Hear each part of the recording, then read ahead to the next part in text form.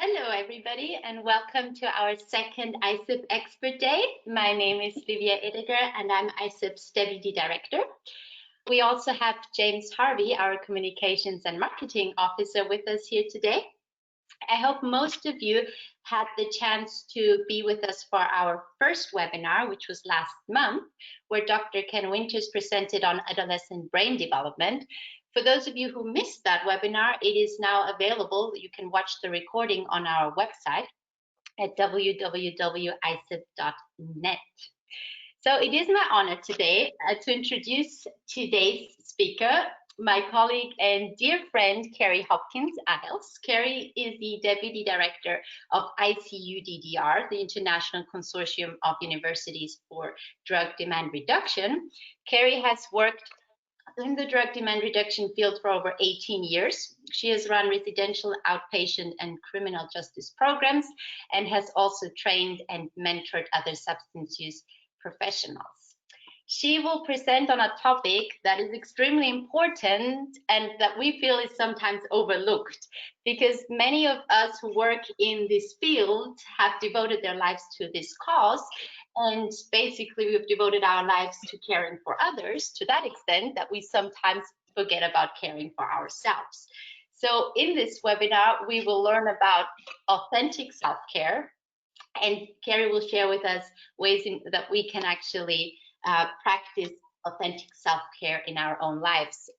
We really hope that this information and the experiences shared today in this webinar will be of great value to all of you. Like in our first webinar, during the presentation, you can send in questions, and we'll take a good 10 minutes at the end of the webinar where we will go through the questions, and James will be with us then, and you can just, we will put during the webinar, we will compile all the questions and then ask them at the end.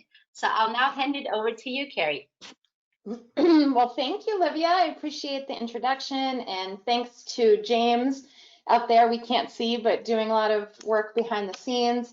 And I'm so honored that ISSUP invited me, and I always feel that this topic is incredibly important, but it seems like at this point in time, just around the world with all of the health fears, it's really important for us to be taking care of ourselves and people in our lives. So I think it will be very helpful.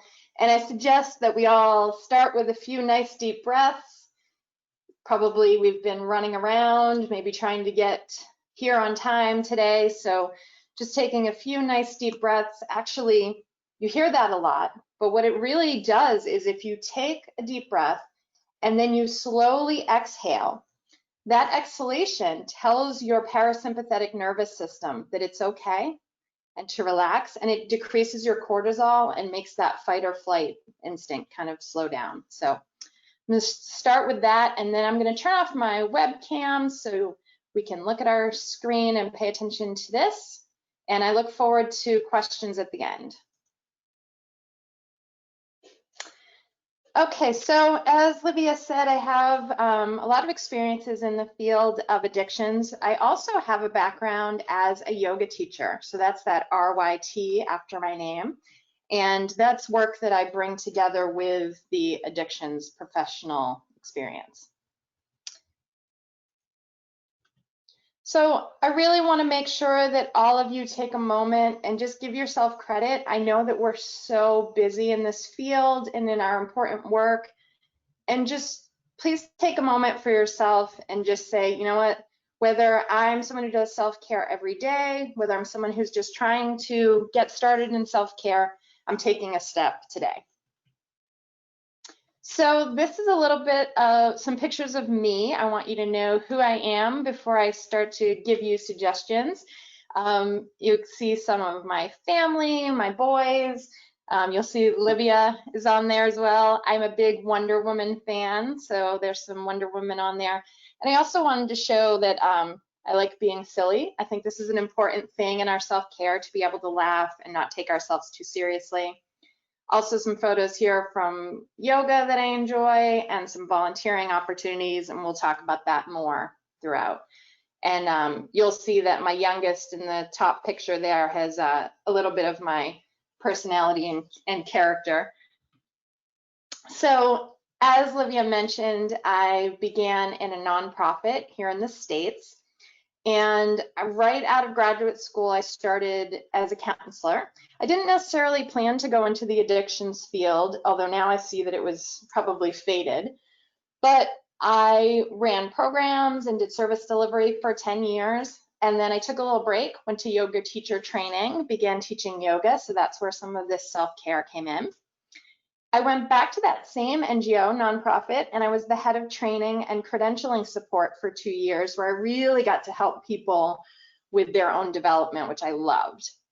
And then I started working in the Universal Treatment Curriculum Coordinating Center at the University of South Florida. Probably a lot of ISSUP members are familiar with the Universal Treatment Curriculum.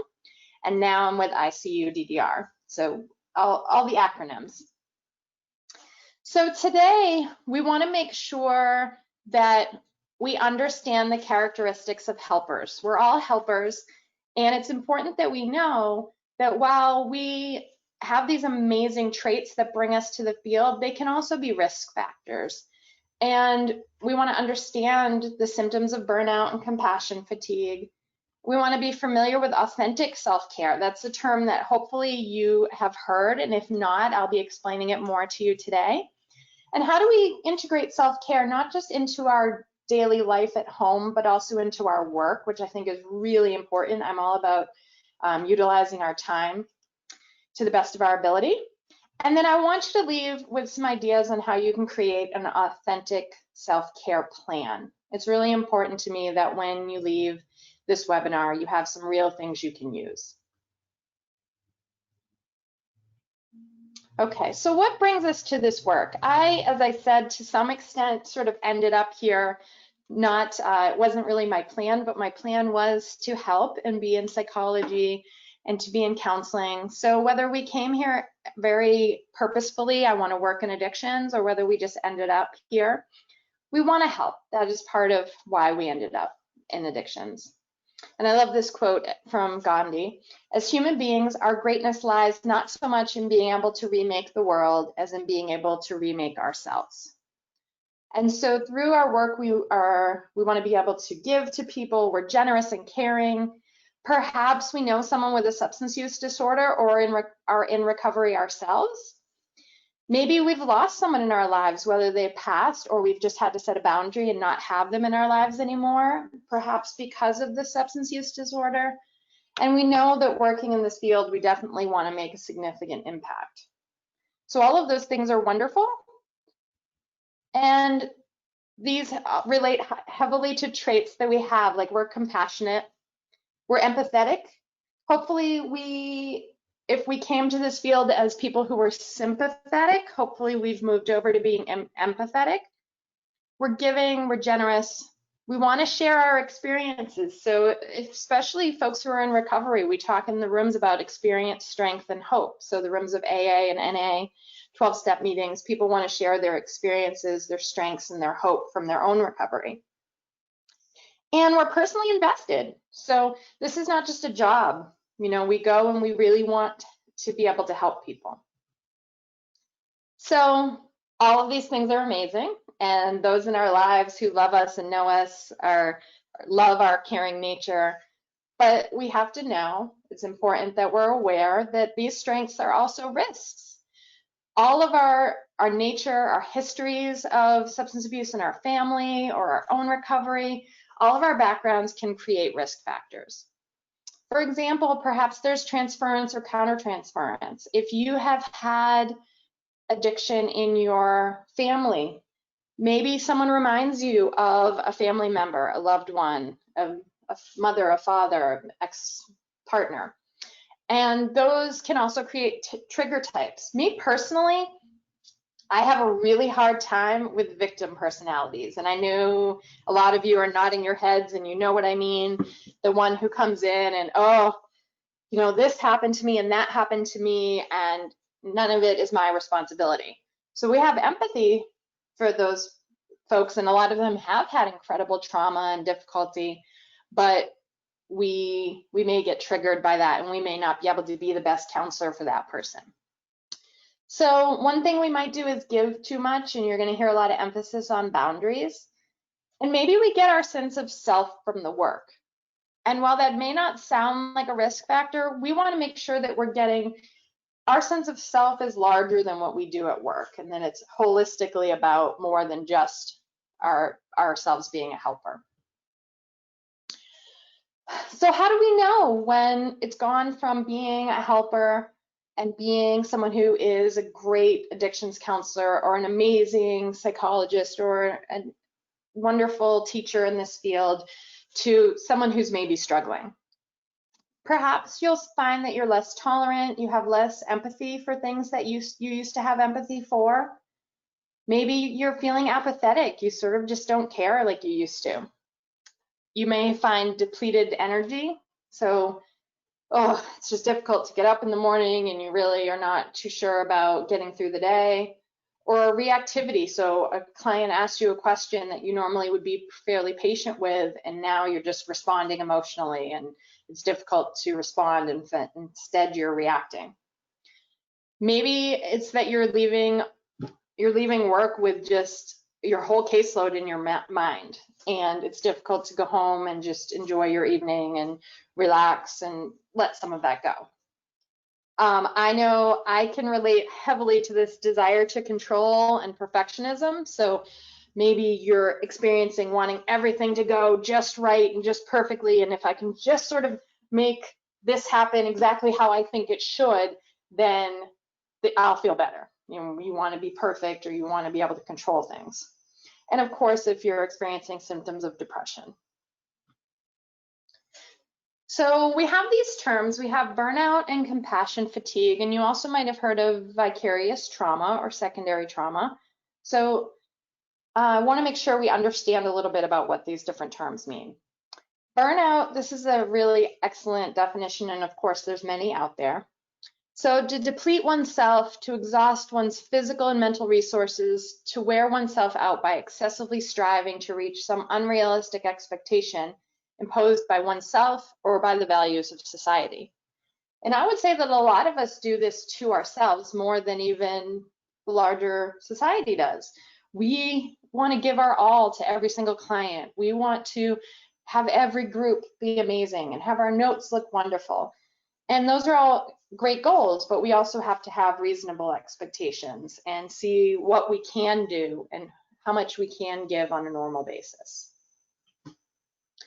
Compassion fatigue is a state experienced by those helping people in distress. It's an extreme state of tension and preoccupation with the suffering of those being helped to the degree that it can create a secondary trauma stress for the helper. So this is, as I mentioned earlier, when you're noticing that it's difficult to have compassion for people. And I love the term compassion fatigue because it's perfect. It's like we're just kind of tired of being understanding all the time. And perhaps we need someone to take care of us. And what I want to tell you is that person who's going to take care of you is you. We have to take care of ourselves. Yes, we have people in our lives who will take care of us and be there and be supportive, but ultimately we have to be the one responsible for that. Now, I'm not going to go too much into secondary or vicarious trauma. I teach a course at a local university here about things of that nature in criminal justice. But just to say, if you're hearing people's traumatic experiences throughout your day, your week, your career, please be sure that you're not only doing self-care, but perhaps you're seeing your own counselor or you're seeking supervision, because that can be very, very serious for you. So if you, excuse me, if you haven't delved into the work of Brené Brown, I would highly recommend reading some of her work. One of the related and favorite topics, she says, very early on in my work, I discovered that the most compassionate people I interviewed also have the most well-defined and well-respected boundaries. It surprised me at the time, but now I get it. They assume other people are doing the best they can, but they also ask for what they need and they don't put up with a lot of crap. Compassionate people ask for what they need. They say no when they need to. They say yes. When they say yes, they mean it. They're compassionate because their boundaries keep them out of resentment. So we kind of know this story. If you say yes to everything, whether it's your children, whether it's your friends, your partner, your obviously at work, if you just keep taking on more work, or if you have a client who asks for things and you think, well, I really want to be helpful. So you say, yes, I'll get you a phone pass. Yes, I'll make sure you get, extra time with me, whatever it may be. Yes. At a certain point, because we're being passive and we're just going along with whatever they need, we get resentful. Maybe we even get aggressive. We lose our temper or we're upset. So this is why the better boundaries we have, the more compassionate we can remain, because we have this safe, think about what a boundary is. It's like if you put a new tree in the ground, you put a sapling in the ground, and then you put some nice bricks around it or some nice pavement or some cute little rocks. That protects it. That's our boundary. Our boundary doesn't have to be, right now, maybe we want a bigger boundary between us and people because of the COVID-19, but in general, you can have just a small boundary between you and others, but it needs to be there, and it needs to be one that you're comfortable with. So regardless of whether you are experiencing these symptoms, if you're not experiencing any of the symptoms I have mentioned, that's fantastic. You're in a position where you can do preventive self-care. If you're already experiencing some of those symptoms, then you're in the right place too, and you can do some of these things that we're going to suggest today so that in the future you will have that stronger boundary, you'll fill your cup more, and you won't feel so depleted. So I want to talk about what self-care is not, because there's been some bad press, especially, like I said, I think we do this to ourselves. Self-care is not selfish. It has nothing to do with being selfish to want to take care of yourself. That would be like when you're making a nice meal for your family, the idea being that if you put a plate for you too, that's selfish. Everyone needs to be nourished. Self-care is not cowardly. It's not unimportant. It's not last on your list. It's not a passing trend. I'm going to talk about some of the roots of mindfulness, and that's been around a long time. And it's definitely not self-indulgent. So here are some things that self-care is. It's being deliberate in taking time for the betterment of your mind, body, and soul. So if someone in your life, or even maybe those limiting beliefs in your brain, are telling you that you shouldn't be doing self-care, you're saying you shouldn't take time for the betterment of your mind, body, and soul. And I hope that you won't say that. It's necessary for self-preservation. It includes any intentional actions you take for your physical, mental, and emotional health. So anytime you take a walk, or you take a few deep breaths, or you take a moment for yourself in quiet, those things are all self-care. It's self-nurturing methods that affirm and protect us as we take care of others. And this is from the National Association of Social Workers. It's an essential underpinning to best practice in the profession of social work. And I was so happy to see that quote from 2009. So here are some general self-care sort of overarching categories that John Adams, who is a leading expert on occupational stress, he's indicated that these are 4 coping strategies. Building resistance through healthful lifestyle, deep relaxation, nutritious diets, and supportive friendships. Compartmentalizing work life and home life.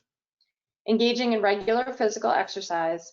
And I love this, interrupting strained situations and withdraw physically from them if they become exhaustive. So if you have a relationship with someone that is not healthy for you, part of your self-care is to try to remove yourself from that.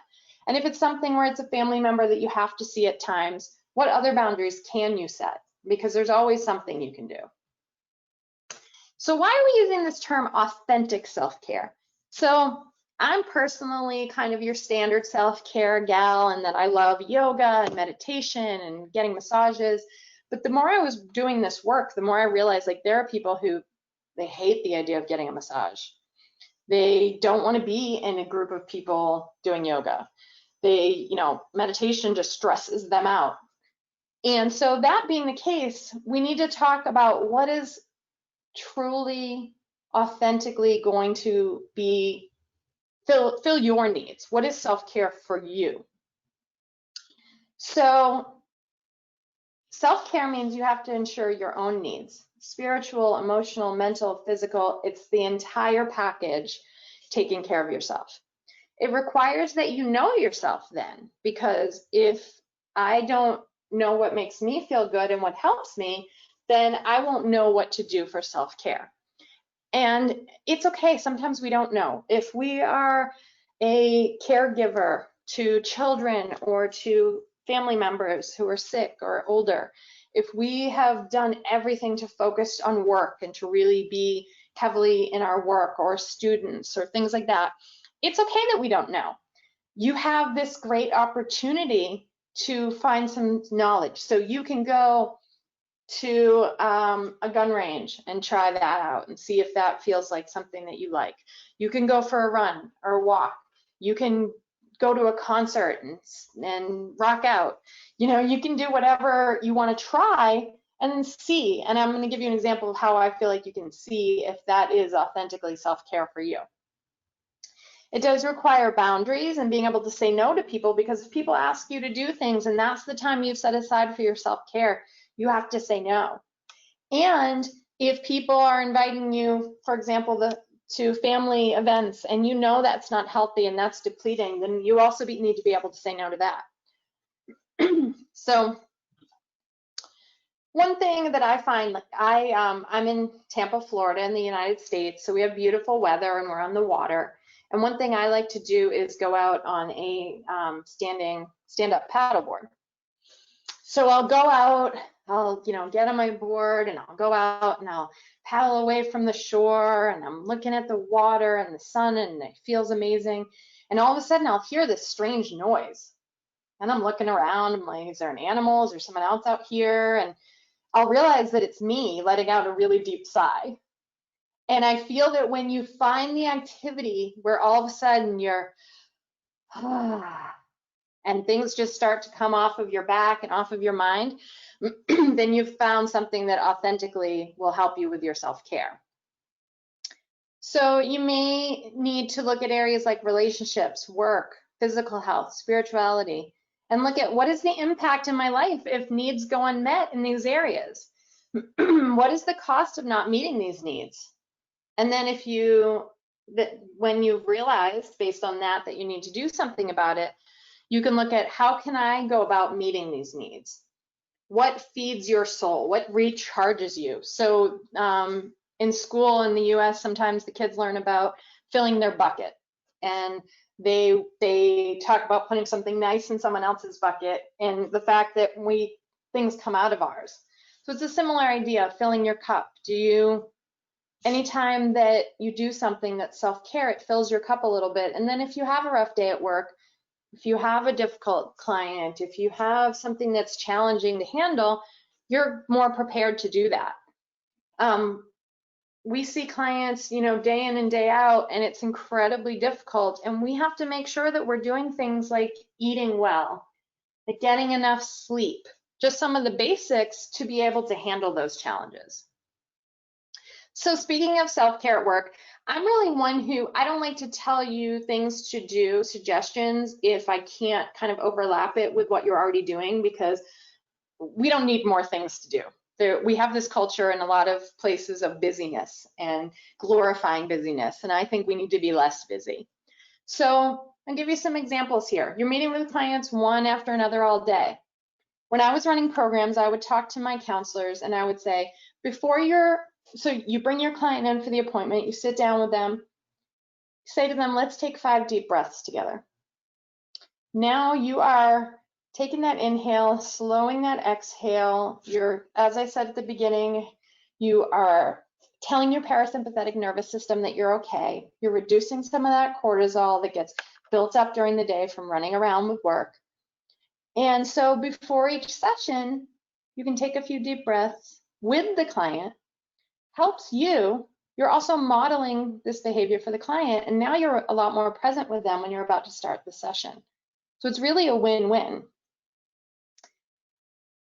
Working with toxic coworkers is another issue, right? So how do we handle that?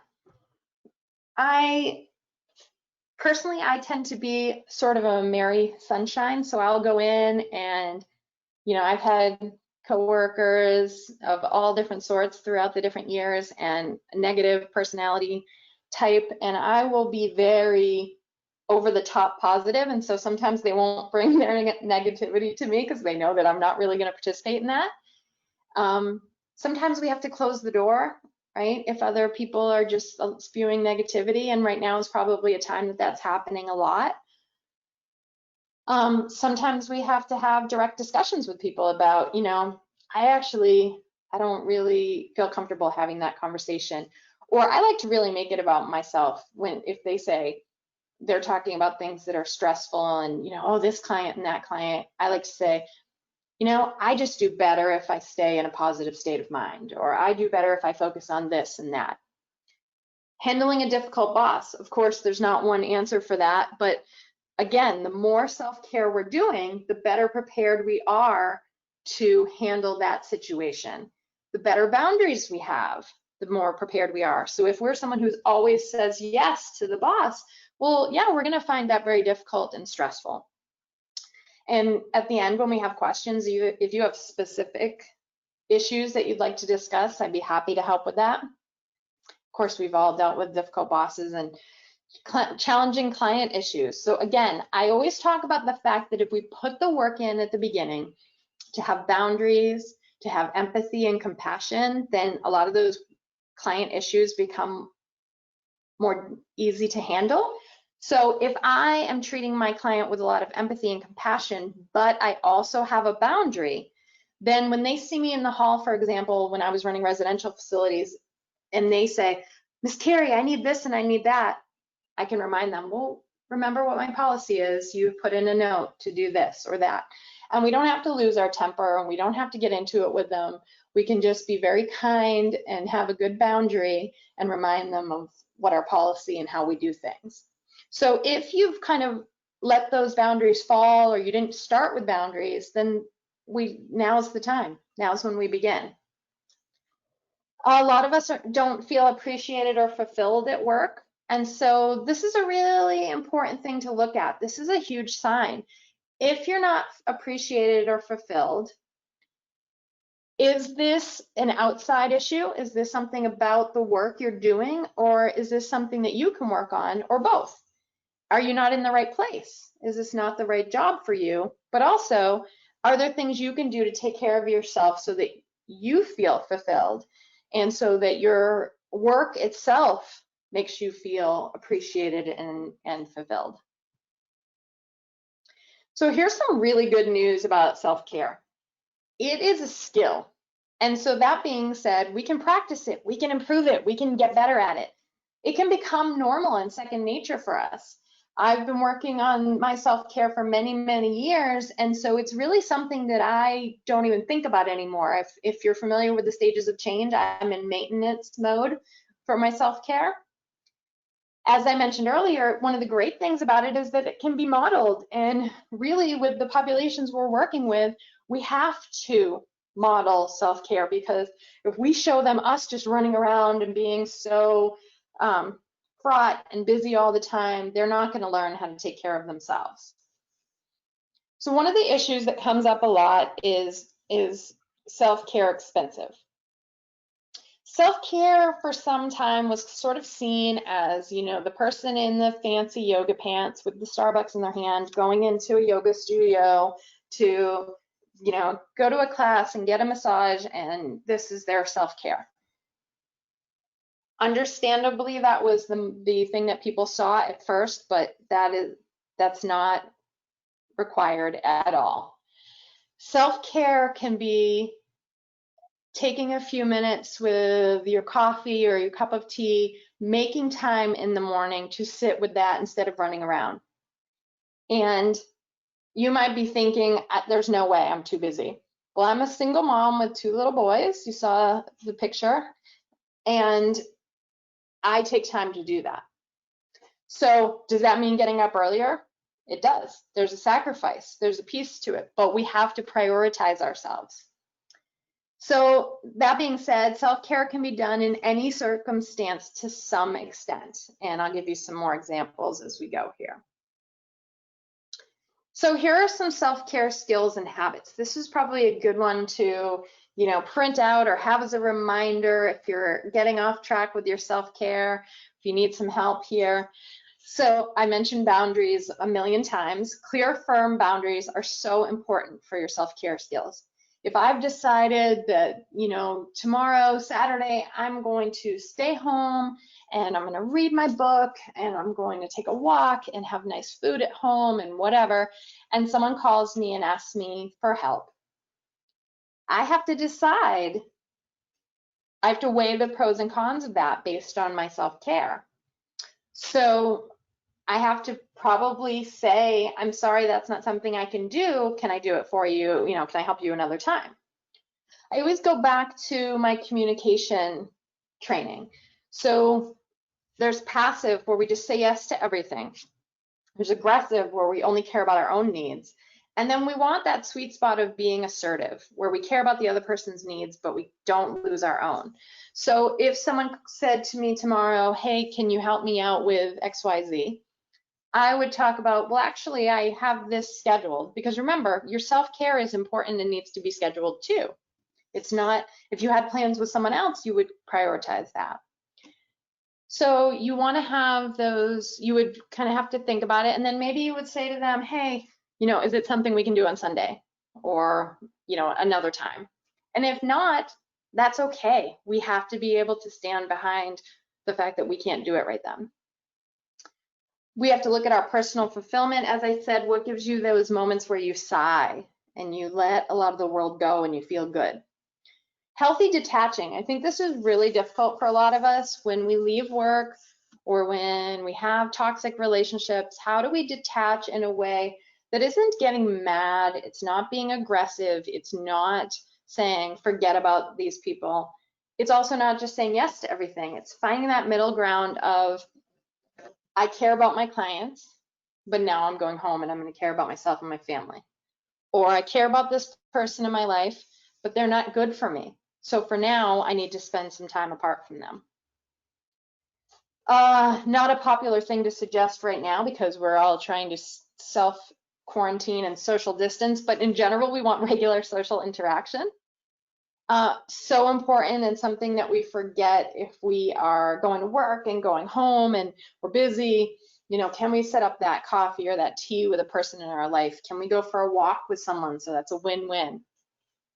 Gratitude practices. I cannot emphasize enough how important it is for us to be grateful.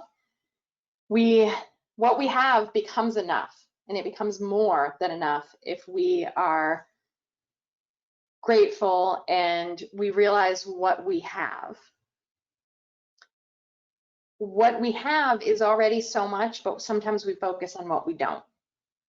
Finding a spiritual practice. So this is not religious in any manner, but maybe you pray, maybe you meditate, maybe sitting out by the side of a river is spiritual for you. Maybe just taking those deep breaths and sitting for a moment, or doing a reading in the morning. I find that really beneficial. And Hazelton has a lot of excellent readings for those of us who follow any kind of recovery program. There's a lot of amazing things. Even if you don't, it's still great readings. Watching your exposure, and I think this is actually incredibly important and apt right now. I learned about this in yoga teacher training. So we let in so much, whether it's the toxic, negative coworker we mentioned earlier, or whether it's the news, even what movies we're watching. We let in a lot of negative and violent images and things that are just upsetting and concerning. And we have to be careful because our brain and our heart and our soul, everything is seeing that and knowing that. So maybe watching horror movies is your fun, and that's great and that's okay for you, but just noticing how you feel after whatever your exposure is. And that's another way we set a boundary. If it's like, you know what, I need to not listen to the news anymore today, I already know what I need to know, that can be a great self-care skill. And self-awareness. So noticing, where do things come up in your body? Where are you feeling something? So maybe whenever you meet with this particular client, you get kind of feeling in your stomach? Is there something, do you need to go talk to your supervisor about why this is a difficult client for you? When there's people in your life or things, what's coming up for you, and being aware of that, because if we're not aware of that, then either we're going to act out because of it in some way, or we're going to start to feel it in our body. And in yoga, we say, if your body whispers to you and you don't listen, it's going to start to scream. So you don't want your body screaming at you. You don't want injuries and illnesses and other things of that nature. So here's a few key practices. I mentioned gratitude. I cannot say gratitude enough. My sister was teasing me this morning about something, and she started to say, you're just not grateful. And she knew that was a way to tease me, because that would be the worst thing you could say to me. The other one is mindfulness. And I mentioned how self-care is not in any way a trend. It may be popular right this moment, but if you look at the core, which is mindfulness, which is being present right now and taking care of you, this vessel that you are walking through the world in, your heart and your soul and your body. Mindfulness comes from Buddhist monks, so it's not new.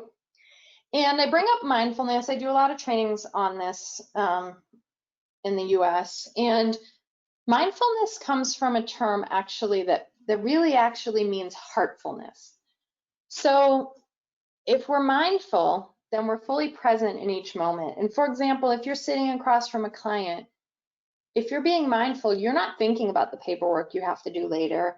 You're not thinking about other things. You're fully engaged with them for that time. And if you set boundaries and you only talk to them for the time you have set, you can much more easily be mindful and be present.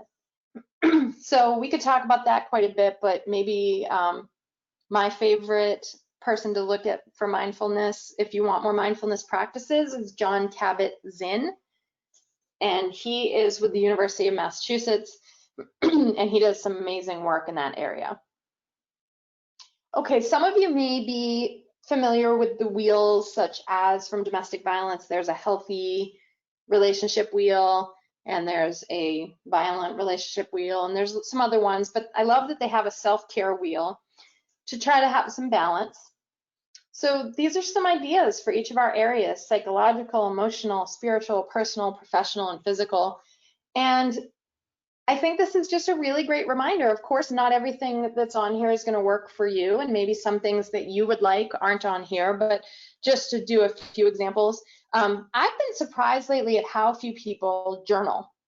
Journaling is one of my favorite self-care things. I can get things down on paper that I'm feeling or experiencing. It's very tactile, and it's incredibly therapeutic. I've asked my university students, and none of them journal, and even some of my colleagues and friends, I'm surprised. So I'm kind of a journal hoarder. That's kind of part of my self-care. Every time I go somewhere, I buy a new journal. So good or bad, it's part of what I do. Oh, here's a big one for me: taking time for lunch. You've all heard the person in the office who says, "Oh, it's 2 o'clock. I guess I should eat something." I don't respect that. I don't think I don't think that martyr way of behaving is healthy, and I don't think we should be encouraging that.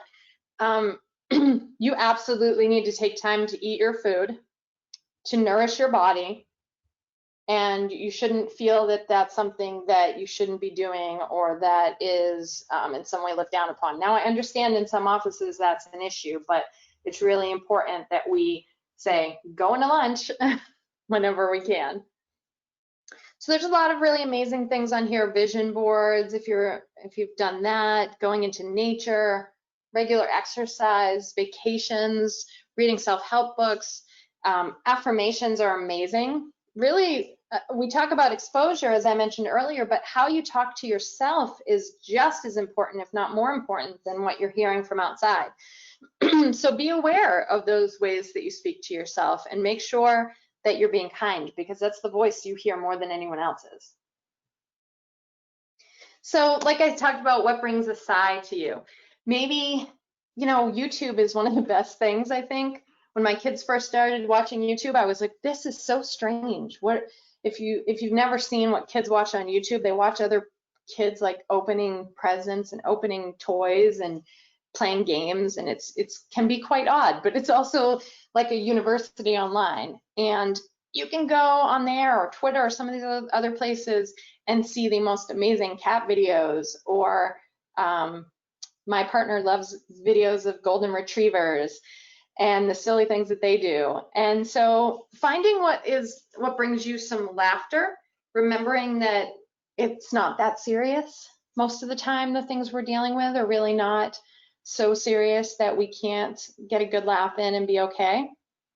I think connection is huge. I mentioned in my pictures at the beginning, volunteering. So I am, like I said, a single mom. I have a full-time job. I teach at the university. I have lots of things on my plate. I exercise regularly. And I volunteer at my children's school to do mentoring for girls ages from grades 3 to 5. And sometimes when I wake up on the morning that I have volunteering and I have to get to school early, oh, why do I do this? Can't I just sleep in this morning? But every time I see the girls and I give them a hug and we talk about something and they share something that's challenging, I leave energized. People go, oh, you're so great. It's so great that you volunteer. No, I get much more out of it than anything that I give. And the research bears that out. Then volunteering, even when we work in this field where we're giving so much, volunteering actually is very fulfilling, because for one thing, I don't fill out any paperwork when I volunteer. I don't have to set things up. I walk in, I work with the students, and I leave. If you go and you give out food at a food kitchen or a pantry, you go in, you help out, you get to see some smiles, you get to meet some people, and you get to leave. It's not like our work. So there's a lot of benefits from volunteering, even though it seems like, wow, I really don't have more time. You might find that it's worth it for the investment. Sports is another great thing. With things like sports, you get physical activity, you get social connection, you get being outside often. So again, I'm one who tries to maximize our self-care. So you can do things, you hit multiple boxes there. Music, art, dance, creativity. I mean, there's tons of things we could put here, right? It's different for everyone, but again, it's knowing what works for you. So your self-care activities will be individual and unique, so the way you plan will also be different.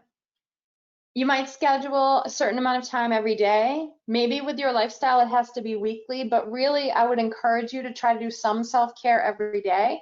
And again, now that we understand, it doesn't have to necessarily be something huge. It doesn't have to be scheduling a vacation, but it could be, like, I live in an apartment here in Tampa, and I have a small little side porch, and I sit with my cup of tea out there when it's pretty out and just sit and enjoy my tea for a few minutes. Or maybe it's that you schedule that lunch with a friend that you've been saying I'm too busy to do, or you go for a walk. Whatever it might be, there is a way that you can find some time throughout your day, and I've given some examples of things you can do even while at work. And when I say it's a mindset, sometimes it's just about slowing down and remembering that you're important and that it's not all about giving to other people. We've heard about the on a plane where they say you have to put your oxygen mask on first before you help anyone else. And it sounds like a silly example, but it's perfect. I can't keep helping other people if I don't give myself what I need. So if I don't put that oxygen mask on me, and then I'm trying to help you, I'm going to pass out. So I'm not going to be any help to you. So I would urge you to care about yourself because you're worth caring about. But if you have difficulty with that, remember that you won't be able to help others if you don't take care of you. So the important thing is that you do it. It doesn't really matter exactly how. Oh, be creative and persistent. That was a reminder to myself. When I became a single mom, for some time, my son's dad was out of the state, and I'm a big runner. And I was like, well, what am I going to do? You know, I don't have a partner here to watch the boys. He's not even here to temporarily watch them. How am I going to get exercise? How am I going to get my running that I love and that's good for my mental health? My kids were pretty young at the time. And I just thought, I was in despair. I just thought, I'm not going to be able to do this. So then one day I realized, well, when I wake up early in the morning, they're either still in bed or they wake up and they watch, cartoons or whatever. I'm going to go outside and I'm going to run up and down my street. And I do things like 5Ks, so 3.1 miles. So I may be running up and down the street 20, 30 times, and it's going to look ridiculous, and my GPS is going to think I'm crazy. But that's what I did until to this day. Still, when I have my boys in the morning, I go outside into my parking lot and I run in a circle, and everybody out there thinks I'm strange, but I get that run in. And if my kids need me, I'm right there, and they can run out and say, hey, Mom, I need, can you, whatever kids do, can you make me some cereal that I could have gotten myself, right? But the important thing is sometimes we have to be really creative because it's important enough to us. So here are some resources that might be helpful for you. There's 30-minute self-care. So if you're saying to yourself, I don't have time for this, what you're telling me is that you're not worth 30 minutes today. And I hope you won't tell me that. So these are some examples. If you need rest and relaxation, if you need expression, companionship, these are all good examples. This other one's really nice. So I would put Cary's self-care plan, and what am I going to do for my mind, my body, my spirit? What do I want to accomplish? Who are the supportive people in my life? And then that self-care wheel that we discussed earlier, but now you would fill in on it, the parts that you can do. 10 ways to make your life better. I thought this was just a nice little poster you could have if you wanted. Maybe we're not going to travel around the world right now, but we can do a lot of these other ones. Starting a gratitude journal. There are a lot of gratitude practices so that you're not just trying to think more from an attitude of gratitude, but that you're actually practicing it. One example that I got from Brene Brown was roses and thorns. So I have every night when I have dinner with my children, I'll say, what are some roses and thorns from your day? And so they'll say something good that happened and something not so good that happened. And so I'm encouraging them to be grateful with the good things that happen, but I'm also learning a little bit more about their lives by finding out if something great, if they say, well, my friend was not so nice to me today, then we talk about that. So there's a lot of ways you can do gratitude. You can write down 3 things before you go to bed every night that you're grateful for. The important thing is that you practice whatever it is consistently, and the research has been found to be amazing on the effects of that. So maybe if you try it, you can share with me some of your experiences. There's a lot of you can look up gratitude practices and find a lot of amazing things. I like this, love yourself and somebody special. I would also say that you are somebody special. And as I said earlier, we need to take care of ourselves and make sure that we're prioritizing us. So this is my information. You are welcome to reach out to me if there's anything that I can do. As was mentioned, I'm currently the Deputy Director for ICUDDR, and there's our website if you want to check us out. But for me personally, you can reach out to me at my email there. And I did see a question about the slides. You can absolutely all get a PDF version of these slides so that if you missed anything or if you want to use some of the great resources, you can do that as well. And I am coming back on. Hello. And hoping that we can take some questions. Thank you very much, Cary. I feel like we've covered quite a lot of ground, and thank you very much for taking us through what I think all of us will agree is a very complex and personal subject. So thank you for sort of unpacking that and giving us so many valuable tips and strategies on how to approach it, and positioning that very much at the sort of personal level.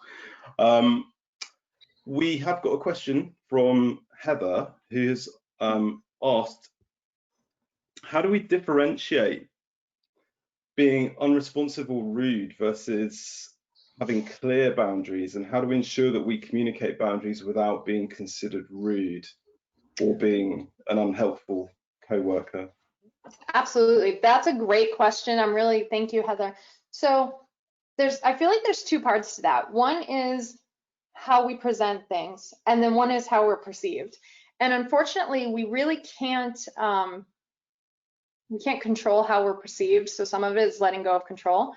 But as far as how we present, I mentioned the different communication styles, and I found this to be so helpful. If you remember that being assertive is caring about other people's needs as well as caring about your own, then your presentation will be in such a way that is not rude. So if someone comes into my office and I say, I can't talk to you right now, I'm very busy, that could be perceived as rude. If someone comes in and you say, what you're asking me is really important, can we set up a time to meet about it? Because right now I'm working on ABC. You're showing that you care about what they want to talk about, but you're also setting your boundary. To me, that's the difference, is being assertive rather than being either passive or aggressive, both of which are on the unhealthy ends of the spectrum. Thank you. You mentioned gratitude. I'm just wondering if you could maybe say a bit more about gratitude as a sort of starting point for one's own sort of self-care. You mentioned it at the beginning, so I just wanted to ask, sort of, how do you practice gratitude when things are maybe hard for you personally, either at work or in your personal life, and even sort of in the world we live in right now? I'm just wondering if you could tell us a bit more about that. And actually, it's funny that you mentioned that as far as globally right now, because I read something today that said, you know, we are still able to talk to our loved ones. We're still able to, you know, read a good book or listen to good music. There's so many things that we can be grateful for. It's a mindset. So even in the literally most difficult times, people like Eli Weiss, who were literally in concentration camps, found gratitude. So there's always something we can be grateful for. And I think when we get that mindset and we practice that mindset, as I said, the research shows that your brain actually changes. There's a real benefit. And when we're talking about self-care, if you can go, oh, wow, right outside my office, there's this little pond, and I can go sit out there for a few minutes and be grateful for that, and be grateful for 5 minutes that you snuck in some time for yourself, or for that cup of tea, instead of quickly drinking your coffee in the car. If you're sitting there and really appreciating that time, it just changes things. It changes from, it's like I said, it makes what you have enough. When really nothing has changed, it's just your mindset. That's why I think gratitude is so transformative. Yeah, I'm just wondering as well, how can we take this to a treatment setting? So obviously, the setting of boundaries is going to be quite case dependent, and they're going to be quite fluid, and you're going to potentially find yourself having to sort of flux and bend boundaries to suit different situations with clients, things like that. Given your extensive experience in treatment and recovery practice, I'm just wondering if you could maybe say a bit about actually how do you set different boundaries for different cases, and how do you move between these different contexts and adjust to the needs of your clients whilst also maintaining your self-care? That's a great question. Thank you. So I'll give an example from my professional life. When I became the director over multiple programs, clients would want to come to me with issues with their staff, you know, with their counselors or the program managers. And obviously I couldn't allow that to be constant, because then they would just want to complain to me. A, I wouldn't have enough time, and B, I really had to set an appropriate boundary. However, if my boundary was too firm, then I, as the director, wouldn't learn issues within the facility. So if a client came to me, I would meet with them, but I would briefly let them tell me what was happening, and then I would redirect them if I was not the right person to have that conversation. So maybe I would tell them, have you spoken to your counselor about that yet? Or have you spoken to the manager or the supervisor yet? But there were times when it was really appropriate and necessary for me to be the person who heard what they had to say. If there was, you know, a case of someone being verbally abusive to them, they couldn't go back to that person necessarily and speak to them. So I was the right person. So that's an example of a fluid boundary where I might say, hey, you know, I'll meet with you briefly, and they'd tell me whatever it was, and I'd have to decide at that point, what is a good boundary? Do I send them back to staff, or am I the right person to help them? Thanks. We've got a really good question from Wazha. She says that she's been reflecting on her current state as an addiction professional and a struggling NGO. She realised that the more she tries to have more self-care, the more it seems like she's failing her team. This is when she takes time for herself, then it seems the work suffers. How do you strike that balance? Yeah, I'd be interested to know what the details of that are as far as work suffering, because in my experience, the more I take care of myself, the more productive I am. But if it's something like taking time off, that can be the case, especially because no one, unfortunately, is coming in and no one's swooping in and doing our work for us because we take time off, right? So some of that might be talking to the team or talking to supervisors and saying, you know, we all need to take care of ourselves. Can someone do my group when I take this day off? And then I'll do your group when you take this day off. And, you know, like I said, it's difficult to give specific advice when I don't know the situation, but yeah, I mean, when I was working in a probation office, for example, if I missed that day, then everyone had to take my clients. So it was not helpful for the team. But I think that problems like that do have solutions. We just have to be creative, and we have to be sometimes vulnerable. It can be difficult to go into teams or supervisors or coworkers and say, hey, you know, I'm trying to take better care of myself. I think we all should be trying to take better care of ourselves. What creative ways can we make this work as a team? Thanks. That's all we've got time for, I think, today.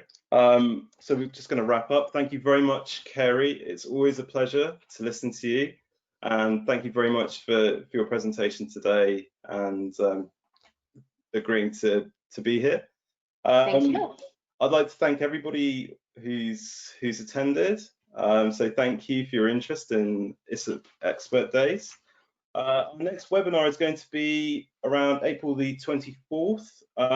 We're going to be exploring a slightly different format for that, so please stay tuned for details on that, and check out our website and social media feeds where we'll be marketing the next webinar. Hope you found it enlightening. I certainly did, and see you next time.